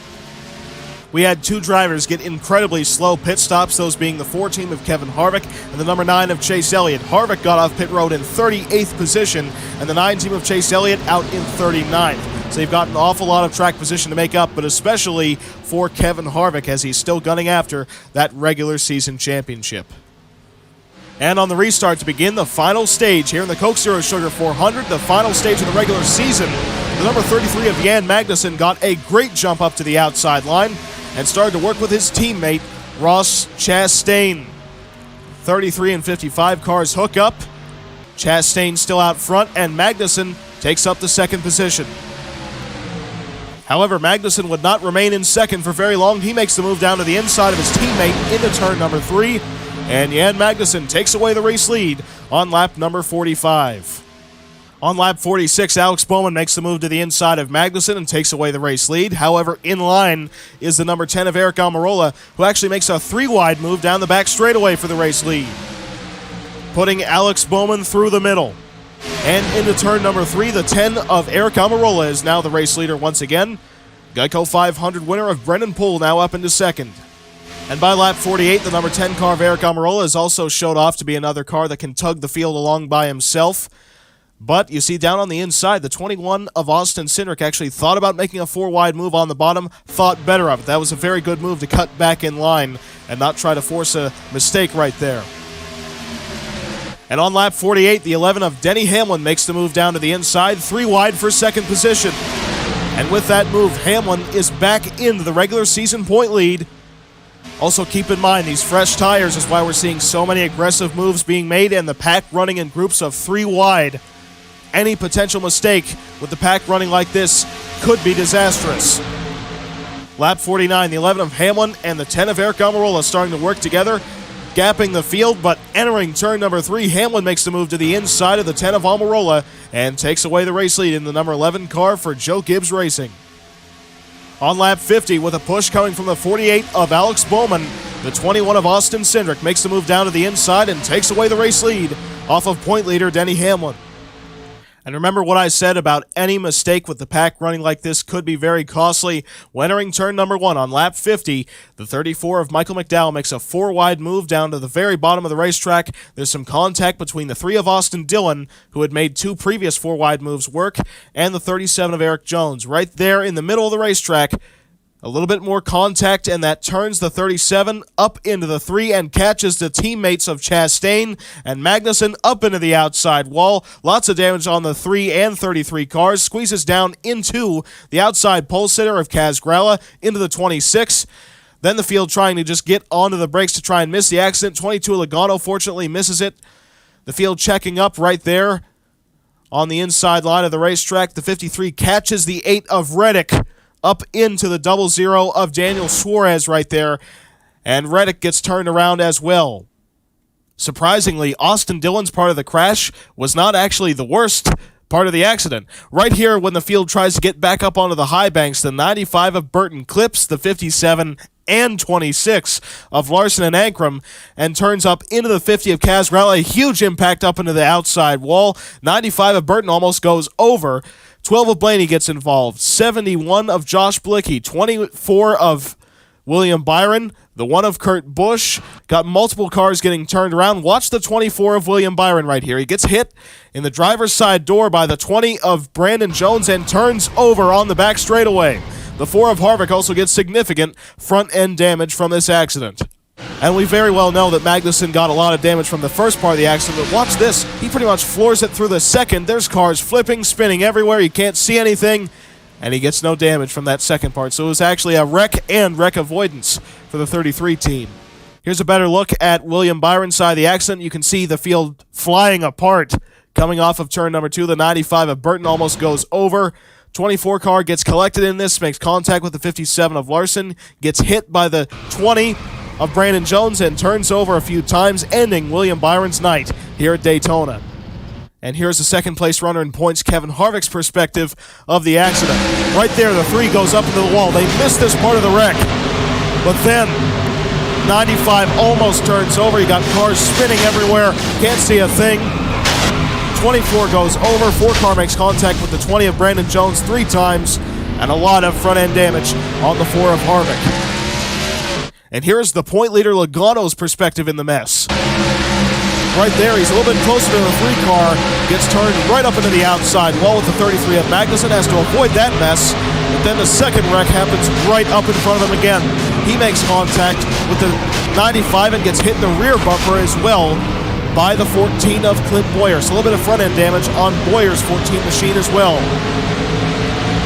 2 of the 3 regular season championship contenders with pretty significant damage following that accident. Makes you wonder if this could potentially be Denny Hamlin's regular season championship to win. One more on board. This is from the 97 of Joe Nemechek. Wreck happens directly in front of him, gets onto the brakes very hard. Then the second wreck, he's even closer to that than Logano was, gets right onto the brake pedal. Everyone is wrecking right around him. He does not get hit in the rear end, does not make contact with anyone in the front end, and Nemechek gets absolutely 0 damage from this accident. A perfect representation of why NASCAR mandated bigger brake packages on these NASCAR National Series cars at super speedways. And while the field was completely flying apart down the backstretch, we had a move get made for the race lead. As you see Byron turning over, well, his teammate and defending race winner Alex Bowman made the move through the middle of the racetrack for the race lead. With on the inside, we have Corey LaJoie going side by side back to the stripe for the top spot. LaJoie getting some help from the 30 of Brendan Poole. The 48 almost by himself up on the outside, side by side to the line. Almost too close to call with the naked eye, and scoring gave it to the 7 of Corey LaJoie. Corey LaJoie is your race leader back to the start-finish line. Bowman second, Hamlin now in third. So Hamlin is currently the regular season point leader with a great shot at taking home that title now, as Hamlin looks like he might have the only car in contention for that regular season championship that will be able to make minimum speed. On lap 51, most of the field opts to stay out, with the obvious exception of those who were damaged in the accident. So, obviously, most of the front runners keep their cars on the racetrack. Drivers such as Jones, Chastain, Bilicki, Magnussen, and Ankrum, along with 2 regular season title contenders of Logano and Harvick, are down pit road this time by. And so here's the full list of drivers who are now out of the race following that very large accident. The number 20 of Brandon Jones, the 33 of Jan Magnussen, who, by the way, appears to have been locked out of the playoffs following that accident. Very unfortunate for Magnussen, as that team's been trying to make the playoffs for 2 years now and have scored victories each season. However, they always seem to have some type of problem here at Daytona. Last year it was a run-in with Kurt Busch. This year, just caught up in a massive accident that they really could not have avoided. So it looks like Magnussen, unless Josh Bilicki wrecks out of this race, will not make the playoffs in 2021. The 26 of Ankrum also did not make it through that accident. The 50 of Kaz Gralla is also out of the race, as well as the 95 of Harrison Burton. That might just do Harrison Burton in, even though he has that win at Pocono earlier this season. Might not amount to enough, especially if we get another new winner here tonight, because we very well could. Looks like we're already set up for an upset victor. The 24 of William Byron obviously out of the race following his tumble off of turn 2. And finally, the number 57 of Kyle Larson is out of the race as well. He is the Coca-Cola 600 winner from earlier this season. However, he will not have to really worry about this DNF, because with that 600 victory and a good run in points right now, he is easily locked in to the playoffs. After missing that accident, the 71 of Josh Bilicki is actually in a fantastic position to make the playoffs here in the 2021 season. He currently runs in 24th spot, and all his goal really was coming into this race was to outplace Cole Custer, who, by the way, didn't even make the show, the 95 of Harrison Burton, and the 33 of Magnussen. And so far, he's running, and the 95 and 33 cars are not. So it's looking very likely that Bilicki could make the playoffs with his victory in the Daytona 500 from back in February. This would be a huge upset for this number 71 Tommy Baldwin Racing team. This weekend they are running a car, however, and engine that is fully prepared by Hendrick Motorsports, but still a big upset for Tommy Baldwin Racing if they can pull this thing together and actually make the playoffs. And on the restart on lap number 54, the 7 of Corey LaJoie did not quite get the jump that he needed. allowing the 48 of Alex Bowman make the move up to the outside, then crossover back down to the bottom with help coming from the 11 of Denny Hamlin. Through turns 1 and 2, the defending race winner from back at Richmond Raceway is now back out front once again, clearing the 7 off the second turn. But it did not take long for Hamlin to make his move. He shot down to the inside, coming into turn 3. Denny Hamlin back out front, now leading the race and the regular season point battle. Hamlin got a little bit too big of an advantage on lap 56 and allowed the two Fords of Timothy Peters and Eric Almirola to push their way past the number 11 into turn 1. Eric Almirola back out front. Remember that Almirola is about 41st in regular season points. He cannot mathematically even make the playoffs, but he can at least score the victory here tonight and try to end his tenure at Stewart-Haas Racing on a good note. But down the back straightaway, the Nemco Motorsports 87 of Peters makes the move, puts Almirola in the middle, and Peters is now out front. On lap 57, the 42 of Justin Allgaier gets the run to the bottom of the 87 of Timothy Peters, and Justin Allgaier ends up taking away the race lead coming off of turn 2. The 11 of Hamlin almost got up into the outside wall as his car pushed through the center of 1 and 2. On lap 58, Michael McDowell and Justin Allgaier were going side by side for the top spot. McDowell with almost no drafting help on the bottom, and Allgaier had the 87 of Timothy Peters up on the outside to push. And you know what? They say in this industry that cautions breed cautions. Well, you recall that we had that massive crash on lap number 50. Well, these drivers did not learn their lesson. Preece and Nemechek, as you recall, those two actually have some history stretching back to February, but those two both make four wide moves happen. The 11 of Hamlin's actually all the way up into the outside wall. He was having that pushing characteristic in his car continue on this run.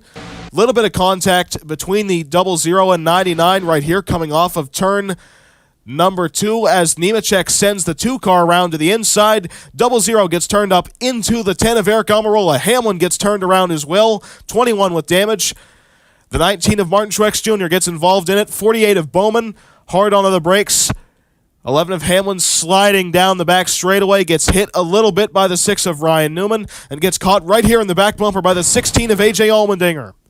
A lot of damage on the 16 as well as the 11 of Denny Hamlin, and then Hamlin makes contact with the 10 of Eric Almirola. Trouble continues for our regular season championship contenders. Here's a little bit of a better look at the contact between Cindric and Suarez right there. 99 pushes up just a little bit, forces the 21 and 00 into a box. They get turned up into the 10 of Almirola. A lot of rear-end damage on Almirola's Smithfield Ford.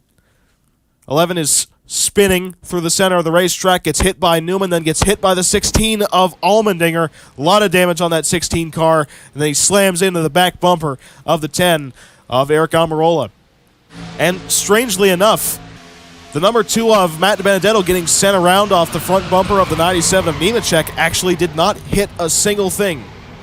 Had 4 flat spots, obviously had to change all 4 tires, but Matt DiBenedetto with no damage after that accident. And here's the perspective of this accident from then point leader Denny Hamlin. See right there, he's riding the outside wall because the field's going 4 wide, then he gets squeezed up into the wall, makes contact with the 21 of Cindric, has nowhere to go, now is in a slide, gets hit by Newman, by Allmendinger, still spinning, grabs the gear and gets back going, but then slams the rear bumper of the number 10 of Eric Almirola. A lot of damage on the number 11 of Denny Hamlin. And as the field flew apart once again coming off of turn number 2, the race back to the start-finish line was actually won by the number 34 of Michael McDowell, just barely edging out a charging number 9 of Chase Elliott at the start-finish line. McDowell now out front above Chase Elliott, and then the number 99 of Ryan Preece. Lap 59, pretty much every single car opts to stay out with the exceptions of Hamlin, Allmendinger, Suarez, and Cindric. And we should mention that the only car out of the race following that accident is, in fact, the number 16 of A.J. Allmendinger. The 11 of Hamlin is still in the race, but with quite a bit of damage. So now Hamlin, Harvick, and Logano are still running, but all 3 of them have pretty significant amounts of damage, both front and rear. So it's really going to be a battle between those 3 of which car can last the longest. And on the restart on lap number 62, the 34 of Michael McDowell got a very big jump. Once again, Much like what we saw earlier on in the race, getting a big jump on the restart at a track like Daytona actually hurts you in the end. Down the back straightaway, the number 9 and 99 cars time the run pretty much perfectly. Chase Elliott makes the move down to the inside of Michael McDowell, and Elliott is back out front here at Daytona. And by lap 63, you can already see the 3 championship contenders pretty much playing damage control right now. Currently, Logano is your point leader. Farther back, you see the 4 car of Kevin Harvick missing his entire front bumper cover and hood. And then we have the 11 of Hamlin, who, believe it or not, is actually the farthest off the pace of any of the 3. Coming back to the start-finish line to begin lap number 64, the 47 and 99 cars of Stenhouse and Preece, former teammates, work together to push their way down into turn number 1, and Ryan Preece takes away the race lead off the 9 of Chase Elliott. On lap number 64, we get a bit of an ironic pair working together. Timothy Peters in the 87 and the 19 of Martin Truex Jr. As you recall, those two had a bit of a post-race altercation at the Nashville Fairgrounds, which is, believe it or not, the last time these two have actually raced each other outside of the Truck Series race at the Bristol Dirt Track. On lap 65, the 19 of Martin Truex Jr. gets the run from the 97 of Joe Nemechek and actually gets pushed beyond the number 99 of Ryan Preece. And Martin Truex Jr. takes the lead down the back straightaway here at Daytona. Truex still searching for his first career Super Speedway victory in NASCAR's Cup Series.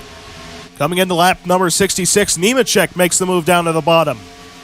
Martin Truex Jr. leads at the stripe, but the pole sitter Ty Dillon pushes the 97 of Joe Nemechek out front here at Daytona with just 15 laps to go. On lap 67, Ty Dillon challenges Joe Nemechek down on the inside line, but watch the 7 of Corey LaJoie get a little bit loose. Down on the bottom, the tire's starting to wear out. That separates the inside line.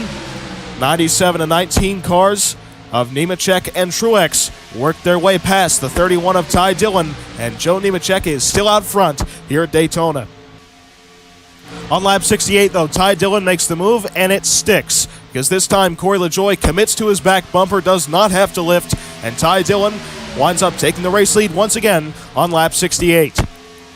But LaJoie did not stay in line for very long. He made the move coming into turn number 3 on lap 68, got side by side with the 31 of Ty Dillon, and took the race lead coming off of turn 4, getting a push from the damaged number 09 of Stephen Parsons. And remember, Parsons is a very strong super speedway runner. He actually won one of the heat races here for the Daytona 500 back in February. On lap 69, the 00 of Daniel Suarez comes down pit road and retires from the race due to a fuel leak. On lap 69, the 31 of Ty Dillon and the 7 of Corey LaJoie still battle side by side for the top spot. LaJoie being pushed by Parsons and Dillon being pushed by Nemechek. And after multiple laps of side-by-side action between LaJoie and Dillon, coming off of turn number 4 to begin lap 71, Nemechek finally pushes Dillon out in front of the number 7 of LaJoie as the inside line falls apart as Stenhouse tries a 4-wide move underneath the 9 of Chase Elliott. Stenhouse, however, gets back into line in the entry to turn number 1 and does not cause any type of accident. So now with 10 laps to go here at Daytona, the number 11 of Denny Hamlin is very far in the back of the field, just barely hanging on to minimum speed. The 4 of Harvick is working with the 3 of Austin Dillon to maintain minimum speed, and farther up in front of them is the 22 of Logano, who is actually running at a very good pace right now, drafting with 3 other competitors, and currently resides as the point leader by 4 points above Kevin Harvick. On lap 72, Ty Dillon once again gets a little bit too far out in front of the field, lets the 42 of Allgaier set up a run on him, but Elliott goes through the middle, almost sucks the 42 of Allgaier around. The inside line loses momentum. The 31 actually manages to keep the race lead in this move, and Chase Elliott now is up into the battle for second position, running in the middle of the racetrack. On lap 72, Denny Hamlin's bid for regular season champion comes to an end as he is black flagged by NASCAR for not making minimum speed. Hamlin comes down pit road and will retire from the race as Logano and Harvick continue. Lap 73, the 42 of Justin Allgaier finally gets a big enough push to get down to the bottom of the 31 of Ty Dillon, but the 47 of Stenhouse had to back off the throttle just a little bit as he got loose coming into the corner, The 42 just barely couldn't slide up in front of the 31, and Ty Dillon and Chase Elliott work themselves around the 42 of Allgaier up on the outside line. On lap 74, though, third time's the charm. 47 of Stenhouse and 42 of Allgaier hook up once again. They side draft up to the 31 of Ty Dillon, and they make the move stick into turn number 1. Justin Allgaier now the race leader at Daytona International Speedway with 7 laps to go. Also, keep your eyes on the two 2311 prepared race cars on the inside line. Bubba Wallace and Stephen Parsons working together, and they're making their way very quickly through the field, both with damage. Also, you can see right up in front of the race leaders is the lap cars of Kevin Harvick and Austin Dillon. These two have been running in pretty much a tandem to maintain minimum speed, and they have done so they will be factors for this lead pack. Lap 74, Ricky Stenhouse Jr. makes the move to the inside of Justin Allgaier as those two separate. Allgaier leads at the line, but Stenhouse gets the advantage down into turn number 1. Michael McDowell tries to make it 4 wide down on the bottom, straddling that white line. Nemechek almost gets put up into the outside wall as McDowell makes the move stick and passes 3 cars in the same move. Lap traffic now right up in front of Ricky Stenhouse Jr. And you can see right here, Stenhouse tries to make his move to the inside of the lap traffic. Clips the grass on the inside of the track with his left side tires. Gets side by side with the 3 of Austin Dillon. Gets boxed in a little bit by the 4 of Kevin Harvick. Stenhouse makes the move stick. He's still out front, but Bubba Wallace has now assumed the 2nd position. And Stephen Parsons will take up 3rd. Two 2311 prepared race cars in the top 3. Now just 5 laps to go as Stephen Parsons makes the move to the inside of his pseudo-teammate Bubba Wallace and gets in the draft with the 19 of Martin Truex Jr. Stenhouse doing everything he can to try and defend each and every lane and potentially bust his way into the playoffs. But down the back straightaway, Newman and Martin Truex Jr. get into pretty much a tandem and push their way past the 09 of Stephen Parsons. Then with the residual momentum from that move, Martin Truex Jr. side drafts the 47 of Stenhouse back. Stenhouse, almost with no drafting help up on the outside line, allows Martin Truex Jr. to take away the race lead here at Daytona with just 4 laps to go. Truex still searching for that first career Superspeedway victory. Also, look at this. The 71 of Blicky currently resides in 12th position. He won here back in February. If he can get up into that lead draft, he might be able to complete the sweep. But really, he just needs to finish where he is, and he'll actually make the playoffs here in the 2021 Cup Series season. Down the back straightaway and into turn number 3, Stenhouse and Martin Truex Jr. still run side by side. Stenhouse getting a good push from the 6 of Newman. But once again, coming off the 4th turn, Martin Truex Jr. clears the field. And on lap 78, Martin Truex Jr.'s old rival from the Nashville Fairgrounds, Timothy Peters, finds himself setting in 2nd position. He makes the move down to the inside of Martin Truex Jr. Coming into turn number 3, Truex still trying to put the block on him.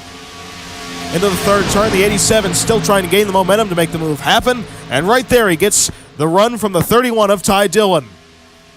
Timothy Peters now out front here in the Coke Zero Sugar 400 with just 2 laps to go at the start-finish line. Remember that Peters finished runner-up here 2 years ago. Peters will lead at the start-finish line. The 2 of Matt DiBenedetto quickly making his way through the field.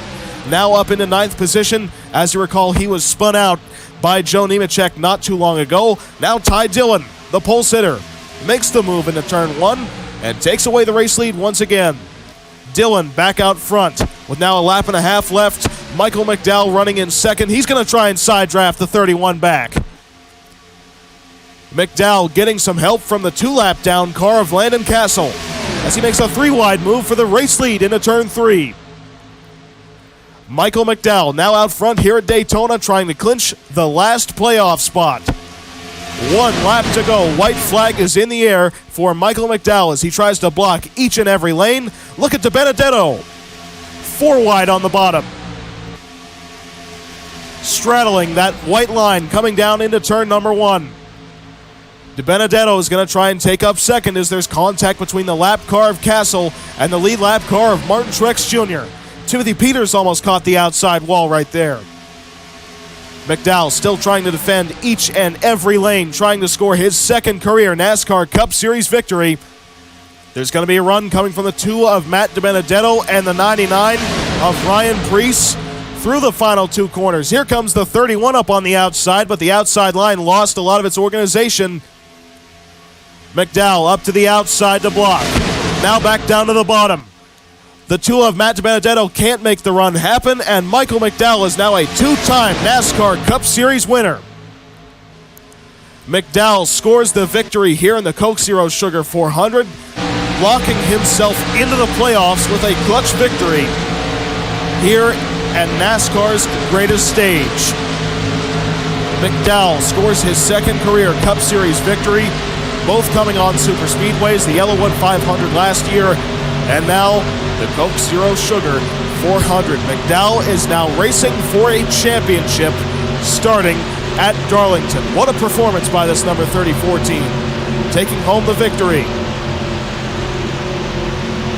And I'm telling you, McDowell had to earn it because he completely blocked about 4 lanes worth of traffic for that last lap and a half. A great job by Michael McDowell, scoring the victory in a last-ditch effort to make the playoffs, and they have done it. So here's a bit of an interesting situation. Coming back to the checkered flag, the number 9 of Chase Elliott goes up into the middle of the racetrack to potentially get around the 37 of Erik Jones. Goes 4 wide with the 47 of Stenhouse. See, they hit right there once, twice, 3 times down the tri-oval. Then entering turn 1, they hit 1 more time, 2 times, 3 times again. 9 and 47 cars continue to make contact right there into each other just a little bit again right there. And coming into turn 3 under the cooldown, Stenhouse just has enough of it. He just cuts down right in front of the 9 of Elliott, not realizing that he has his other teammate of Erik Jones on the inside. So Elliott gets sandwiched in between 2 JTG Daugherty cars. Elliott gets forced into the grass by Ricky Stenhouse Jr. Then Elliott tries to essentially cut up and wreck the 47 of Stenhouse. Those two both manage to catch it, but these two really roughing each other up following the Coke Zero Sugar 400, obviously frustrated with each other. And you know what? Here is exactly what Stenhouse was not happy with Chase Elliott about. See this right here? Elliott actually turns up and makes door-to-door contact with the 47, and just barely, by about, I'd say, a 16th of an inch or less, beats out the 47 to the checkered flag. Well, Stenhouse, to put it lightly, was not happy with the driver in the number 9 car whatsoever, essentially trying to wreck him to get a position late in the race here at Daytona. And I'll say that NASCAR will probably investigate this post-race incident between these two. Stenhouse right there forcing Elliott to the inside, then Elliott cutting back up into the 47 of Stenhouse. There was actually a post-race altercation between all 3 of them, those being Stenhouse, Elliott, and Erik Jones, and that's because obviously Stenhouse was not happy whatsoever with the way Chase Elliott raced him, but at the same time forcing the 9 into the 37 of Jones. Well, Jones thought that Elliott had a problem with Erik Jones, even knowing those two didn't even really race each other very often over the course of the race. Either way, both JTG Daugherty teammates were not happy with Chase Elliott following the race. No physical altercation between those two. No fists were flying, neither were helmets. However, the NASCAR officials were able to get in between the madness, and they managed to settle it through some not-so-lighthearted discussion between those 3 competitors. They were called to the hauler following the race, and I'm sure the discussion got along a little bit farther in there with NASCAR's officials. And so Kevin Harvick finished the race 1 lap down in 26th position, right up in front of the 3 car of Austin Dillon. And Joey Logano finished in 25th spot on the lead lap, just enough to close the regular season championship. Joey Logano is your 2021 regular season champion by 4 points above Kevin Harvick. A very impressive performance by Logano and company, bring together this regular season title by 4 points without scoring a single victory on the season. They scored the most points of any particular team, but they did not get a single win over the course of these 26 races contested in the regular season. Logano finished in 25th position, Kevin Harvick finished in 26th spot 1 lap down, and Denny Hamlin finished in 29th position out of the race for failing to make minimum speed after being involved in that big accident on lap 58. So an incredible performance by that number 22 team, putting together that regular season championship without a single victory on the season. I really never thought we'd see the day where we would get a winless regular season champion at the Cup level. And so Michael McDowell has done it. He has taken home his second career NASCAR Cup Series victory and also locking Bob Jenkins' Front Row Motorsports into the playoffs. As we recall earlier this season, Anthony Alfredo won at Sonoma, outdueling Martin Truex Jr. However, Alfredo came into this race 60 points out of 30th position, meaning that he wouldn't have even had a shot at making the playoffs had he even qualified for tonight's race. However, he didn't even make the show. So McDowell actually did not have numbers going in his favor either, because his two teammates, Reagan and Alfredo, did not make the Coke Zero Sugar 400. So as we already discussed, but it's still unfortunate for Alfredo that his win does not get him in the playoffs. But still, Bob Jenkins' team has scored 2 victories on the season, coming at Sonoma and Daytona, with Alfredo and McDowell both visiting victory lane. For the first time in his career as an owner, both of Jenkins' full-time cars have won a race in the same season. And Michael McDowell will have the chance at competing for a championship, as this victory locks him in to the round of 16 beginning next week at Darlington in the Southern 500. So here's your finishing results. Michael McDowell obviously takes home the victory with 8 laps led here tonight. Matt Benedetto comes home with a very strong second place finish. As you recall, he had a very tough night. He even got turned around earlier on in the race by Joe Nemechek in one of the failed 4-wide moves. He started down in 37th as well, Benedetto did, but still brings home a second place finish with a very bold 4-wide move on the white flag lap, and he just barely missed out on the victory by 1 position and about half a car length. Ty Dillon had a very good showing this weekend for Germain Racing, won the truck race, sat on the pole for the Cup race, won a stage in the Cup race here in the Coke Zero Sugar 400, but came up just a little bit short, and he also led the most laps, by the way, with 15. Dillon brings home the Andes Frozen Custard Chevrolet Camaro in 3rd position. Ryan Preece gets a much-needed top 5 finish for Trackhouse Racing. 4th position for Preece, a great performance there. Martin Truex Jr. in the number 19 car finishes in 5th position. Eric Jones in 6th spot for JTG Doherty Racing. Timothy Peters in 7th for Nemco. Chase Elliott in 8th position, just barely outdueling Ricky Stenhouse Jr. at the start-finish line. Obviously, those two were not happy with each other. And Justin Allgaier rounds out your top 10 for Chip Ganassi Racing.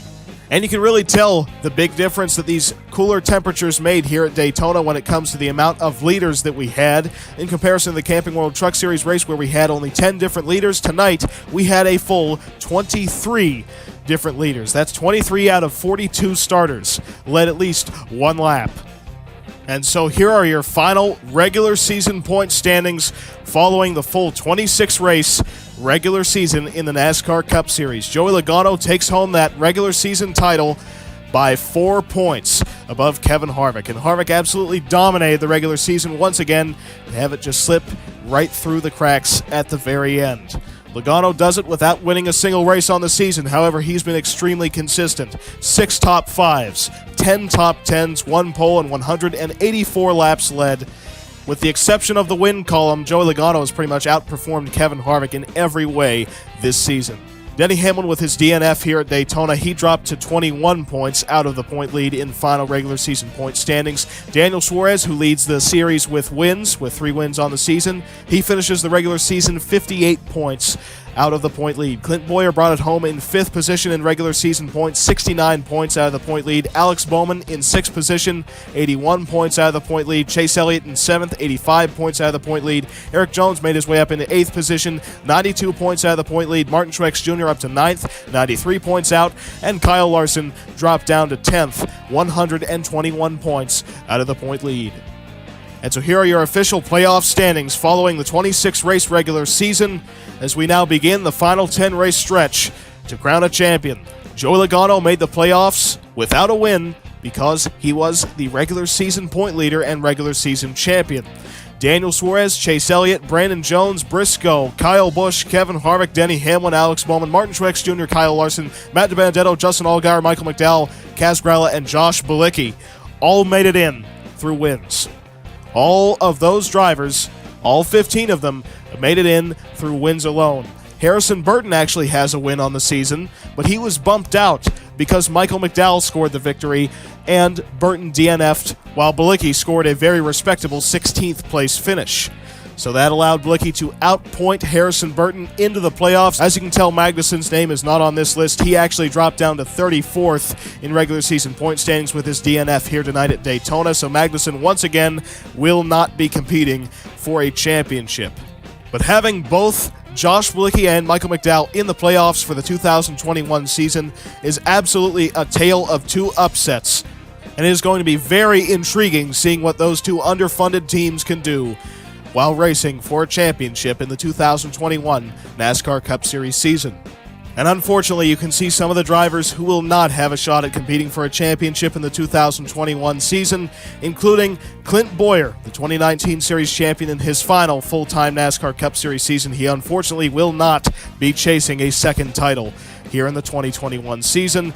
Eric Jones, after having such a consistent regular season, they just could not find victory lane after a couple of runner-up finishes. They just barely missed the playoffs as well. And Brad Keselowski actually missed the field here at Daytona, so he did not even have a chance at racing his way in the Coke Zero Sugar 400.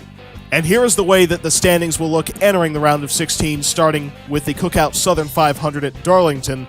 This is obviously after the reset and the allocation of playoff points from both your final finishing position in the regular season and the amount of victories that you've scored this year. Daniel Suarez actually jumps up to the top of the board as he leads the series with wins. That's a full 15 playoff points that he has from wins alone. Then all the points that he got from his fourth place finish in regular season point standings have actually elevated him to the top of the board. He has a 7-point advantage above both Kevin Harvick and Joey Logano. Obviously, Harvick gets a big-time points boost because he has a win on the season and Joey Logano does not. Chase Elliott gets bumped up to 4th in playoff standings because he has 2 wins on the season. He has 8 points outside the point lead held by Suarez. Hamlin loses 2 spots in points to 5th. He is 9 points out. Then we have multiple drivers who are 12 points outside the point lead, those being Kyle Busch, Brandon Jones, Briscoe, and Alex Bowman. 3 of those 4 have been rather quiet as of recently, with the exception of Alex Bowman himself because he won the second-to-last race of the regular season at Richmond. Then 15 points out of the point lead is Martin Truex Jr., 16 points out is Kyle Larson, and all 17 points out of the point lead is Matt DiBenedetto, Justin Allgaier, Josh Bilicki, Michael McDowell, and Kaz Grala. You know, I personally believe that the biggest argument you could make against the playoffs is really from the scenario that we just had. Drivers such as Bilicki, McDowell, Grala, who have really not had very good seasons and most likely will not be contending legitimately for the championship, have bumped out drivers such as Bowyer, Jones, and Keselowski, who are within the top 10 in regular season points. So even knowing that Bowyer, Jones, and Keselowski have not scored wins on the year, they still have the pace to at least contest for a championship. That's the only slightly disappointing thing, is that those drivers will be denied any chance at gunning after a title. However, it is a massive benefit for drivers and underfunded teams such as Bilicki and McDowell, for Tommy Baldwin and Front Row Motorsports, who really do need the money from running this well. In fact, the combined laps led between Bilicki and McDowell on the whole season is just 21 laps, and they're both locked into the playoffs for at least the round of 16. I think that you could probably put money on them being first-round eliminations, but at the very least, they have made the playoffs with a combined 21 laps led on the whole year. But I will say this, for veterans such as Bowyer, Keselowski, and Kurt Busch not making the playoffs this season, that really redirects their focus towards just one thing: score as many victories as possible in these final 10 races, especially for Clint Bowyer, who might just be in his final 10 races of his career. And so, folks, this race pretty much had it all.